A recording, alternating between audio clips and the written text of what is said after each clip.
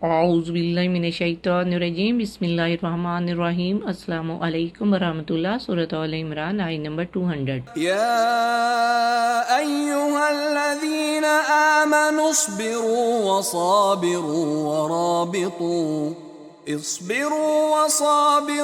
ورابطوا واتقوا الله لعلكم تفلحون۔ اے ایمان والو، صبر کرو اور ثابت قدمی میں دشمن سے بھی زیادہ محنت کرو اور جہاد کے لیے خوب مستعد رہو اور ہمیشہ اللہ کا تقوی قائم رکھو تاکہ تم کامیاب ہو سکو۔ اس آیت میں ایمانداروں کو خود صبر کرتے ہوئے اور ایک دوسرے کو صبر کی تلقین کرنے کے ساتھ جہاد کے لیے مستعد رہنے کی تلقین کی گئی ہے۔ بتایا جا رہا ہے نمبر 1، ایماندار لوگ اور کامیاب لوگ ایک دوسرے کو صبر کی تلقین کرتے ہیں۔ نمبر 2، صبر اور تقوی اختیار کرنے والے لوگ بغیر حساب کے جنت میں جائیں گے۔ جیسا کہ آپ جانتے ہیں کہ اس آیت میں سورۃ آل عمران کا اختتام ہے۔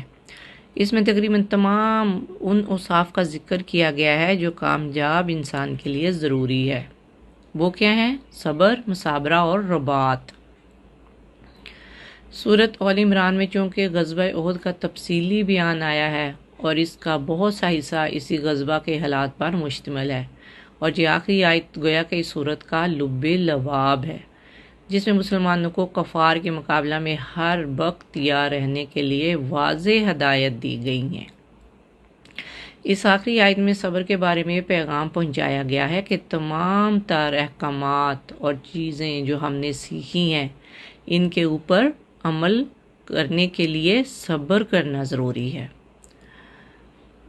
تو جیسے اس میں آیت میں صبر، مثابرہ اور رباط کا ذکر ہے، تو نمبر 1 پر آتا ہے صبر۔ صبر کا معنی ہے نفس کو اس چیز سے روکنا جو شریعت اور عقل کے تقاضوں کے مطابق نہ ہو، اور نمبر 2 پر ہے صابرو یعنی مثابرہ، دوسروں کی ایذا رسانیوں پر صبر کرنا۔ صبر کے تحت اس کی تمام اقسام آ جاتی ہیں، جیسے توحید، عدل، نبوت اور حشر و نشر کی معرفت حاصل کرنے میں مشقت برداشت کرنا، واجبات اور مستحبات کی ادائیگی کی مشقت پر صبر کرنا، ممنوعات سے بچنے کی مشقت پر صبر کرنا، دنیا کی مصیبتوں اور آفتوں جیسے محتاجی، قحط اور خوف وغیرہ پہ صبر کرنا، اور گھر والوں، پڑوسیوں اور رشتہ داروں کی بد اخلاقی برداشت کرنا، اور برا سلوک کرنے والوں سے بدلہ نہ لینا شامل ہے۔ اسی طرح نیکی کا حکم دینا، برائی سے منع کرنا اور کفار کے ساتھ جہاد کرنا بھی مثابرہ میں داخل ہے۔ نمبر 3 پر ہے رابطو، کنیکشن رکھنا، رابطہ قائم رکھنا۔ اس کے 2 معنی ہو سکتے ہیں۔ نمبر 1، سرحد پر اپنے جسموں اور گھوڑوں کو کفار سے جہاد کے لیے تیار رکھنا۔ نمبر 2، اللہ تعالیٰ کی اطاعت پر کمر بستہ رہنا۔ اسلامی ممالک کی سرحد کی حفاظت کے لیے وہاں رکنے کی بہت فضیلت ہے۔ صحیح بخاری میں ہے، حضرت سہل بن سعد سعدی رضی اللہ عنہ سے روایت ہے، آپ نے ارشاد فرمایا، راہ خدا میں ایک دن سرحد کی نگہبانی کرنا دنیا اور مافیا سے بہتر ہے۔ صحیح مسلم میں ہے، حضرت سلیمان رضی اللہ عنہ سے روایت ہے، آپ صلی اللہ علیہ وآلہ وسلم نے ارشاد فرمایا، ایک دن اور ایک رات سرحد کی حفاظت کرنا 1 مہینے کے روزوں اور قیام سے بہتر ہے۔ حفاظت کرنے والا اگر مر گیا تو اس کے اس اجر کا عمل جاری رہے گا اور وہ فتنہ قبر سے محفوظ رہے گا۔ جہاد کی فضیلت بہت زیادہ ہے۔ حضرت عبداللہ بن مبارک رحمۃ اللہ کے کچھ اشعار ہیں اور جہاد کے لیے جو لوگ جا رہے ہوتے ہیں ان کی وہ فضیلت بیان کرتے ہیں۔ عربی میں اس کا ترجمہ کچھ یوں ہے، بہت زبردست ٹرانسلیشن ہے۔ اے مکہ مدینہ میں رہ کر عبادت کرنے والے، اگر تو ہم مجاہدین کو دیکھ لیتا تو بالیقین تجھے یقین ہو جاتا، تیری عبادت تو ایک کھیل ہے۔ ایک وہ شخص ہے، اس کے آنسو اس کے رخساروں کو تر کرتے ہیں، اور ایک ہم ہیں، اپنی گردن راہ الہی میں کٹوا کر آپ ہی نہلا لیتے ہیں۔ ایک وہ ہے جس کا گھوڑا باطل اور بیکار کام میں تھک جاتا ہے، اور ہمارے گھوڑے لڑائی اور حملے کے دن نہیں تھکتے، یعنی یہ اپنی سواری کو تیار کیے رکھتے ہیں جہاد کے لیے، اور اسی تگودو میں لگے رہتے ہیں کہ اللہ تعالیٰ کے دین کی خدمت کیسے کی جائے، کیسے اس کی حفاظت کی جائے۔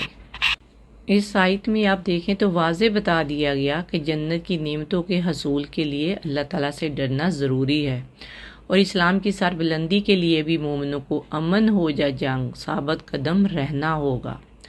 ہم نے دیکھا کہ سورت کی اختتامی آیات میں کفار کی دنیاوی شان و شوکت کا بیان ہوا ہے۔ اس پہ مسلمانوں کو ہدایت فرمائی گئی ہے کہ ہر مسلمان کو زندگی کے نشیب و فراز میں صبر اختیار کرنا چاہیے، اور اپنے مسلمان بھائی کو بھی اس کی تلقین کرنی چاہیے، اور ایک دوسرے سے بڑھ کر صبر و استقلال کا مظاہرہ کرنا چاہیے، اور اسلام دشمنوں کے مقابلے میں بھی صبر و استقلال اختیار کرنا چاہیے، اور آپس میں باہم رابطہ کرتے ہوئے جہاد کی تیاری کرنی چاہیے۔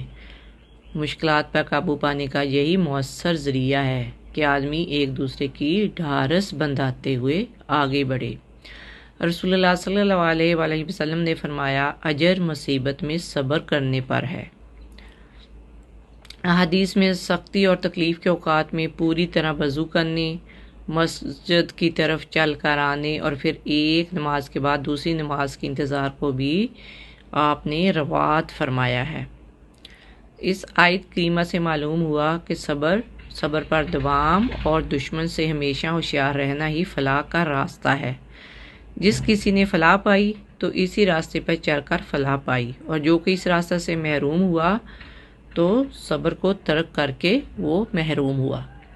اللہ سبحانہ وتعالیٰ دشمن سے ہمیشہ ہوشیار رہنے، صبر کا راستہ اختیار کرنے اور فلاح کا راستہ اپنانے کی ہم سب کو توفیق عطا فرمائے، اور ہمیں اصبروا رابطوا اور صابروا پر قائم رکھے۔ آمین یا رب العالمین۔ السلام علیکم ورحمۃ اللہ وبرکاتہ۔